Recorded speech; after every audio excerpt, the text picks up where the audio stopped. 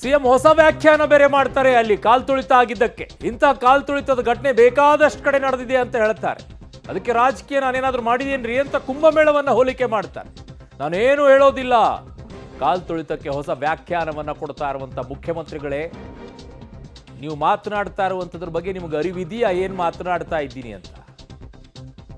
ಯೋಚನೆ ಮಾಡಿದ್ರೆ ಏನ್ ಮಾತನಾಡ್ತಾ ಇದ್ದೀನಿ ಅಂತ ಹೇಳಿ ಜೋರಾಗಿ ಬಾಯ್ ಮಾಡಿಬಿಟ್ಟು ಅಲ್ಲಿ ಪ್ರಶ್ನೆ ಕೇಳೋರ್ನೆಲ್ಲ ಸುಮ್ಮನೆ ಕೂರಿಸ್ಬಿಟ್ರೆ ಕೇಳಿ ಸುಮ್ಮನೆ ಆಗ್ಬಿಡ್ತಾರ? ಯಾರ್ಯಾರು ನಿಲ್ಲಿಸ್ಕೊಂಡಿದ್ರಿ ನೀವು?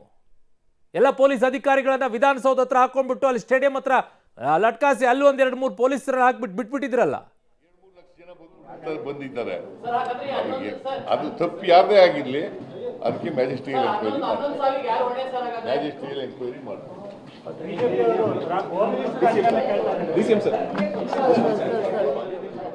ಜಿಲ್ಲಾಧಿಕಾರಿಗಳ ಬಳಿಯಿಂದ ತನಿಖೆ ಮಾಡಿಸ್ತಾರಂತೆ. ಅದು ಟೈಮ್ ಪಾಸ್ ಮಾಡಕ್ರಿ, ಸಮಯವನ್ನ ಮುಂದೂಡಿಕೆ ಮಾಡೋಕೆ, ಬೀಸೋದೊಣ್ಣೆಯಿಂದ ತಪ್ಪಿಸಿಕೊಳ್ಳೋಕೆ. ಇವೆಲ್ಲವೂ ಕೂಡ ನಾಟಕ. ನಿರೀಕ್ಷೆ ಮಾಡಿರ್ಲಿಲ್ಲ ಅಂತ ಇಷ್ಟೊಂದು ಜನ ಬರ್ತೀರಿ ಅಂತೇಳಿ ಏನ್ ತಮಾಷೆ ಮಾಡ್ತಾ ಇದ್ದೀರಾ ಕುತ್ಕೊಂಡ್ಬಿಟ್ಟು? ಕಾಮಿಡಿ ನಿರೀಕ್ಷೆ ಮಾಡಿರ್ಲಿಲ್ಲ ಅನ್ನೋದಾದ್ರೆ ಮೂರ್ಖರು ಅಂತ ಹೇಳಬೇಕು. ಪೊಲೀಸ್ ಇಲಾಖೆಯಲ್ಲಿ ಯಾರ್ಯಾರಿದ್ದಾರೆ ಅವ್ರು ಯಾರು ಕೂಡ ಈ ವಿಚಾರದಲ್ಲಿ ಇಷ್ಟೊಂದು ಜನ ಬರ್ತಾರೆ ಅಂತ ನಿರೀಕ್ಷೆ ಮಾಡಿರ್ಲಿಲ್ಲ ಅಂದ್ರೆ ಅವರಂತ ಮೂರ್ಖರು ಇನ್ನೊಬ್ಬರಿಲ್ಲ.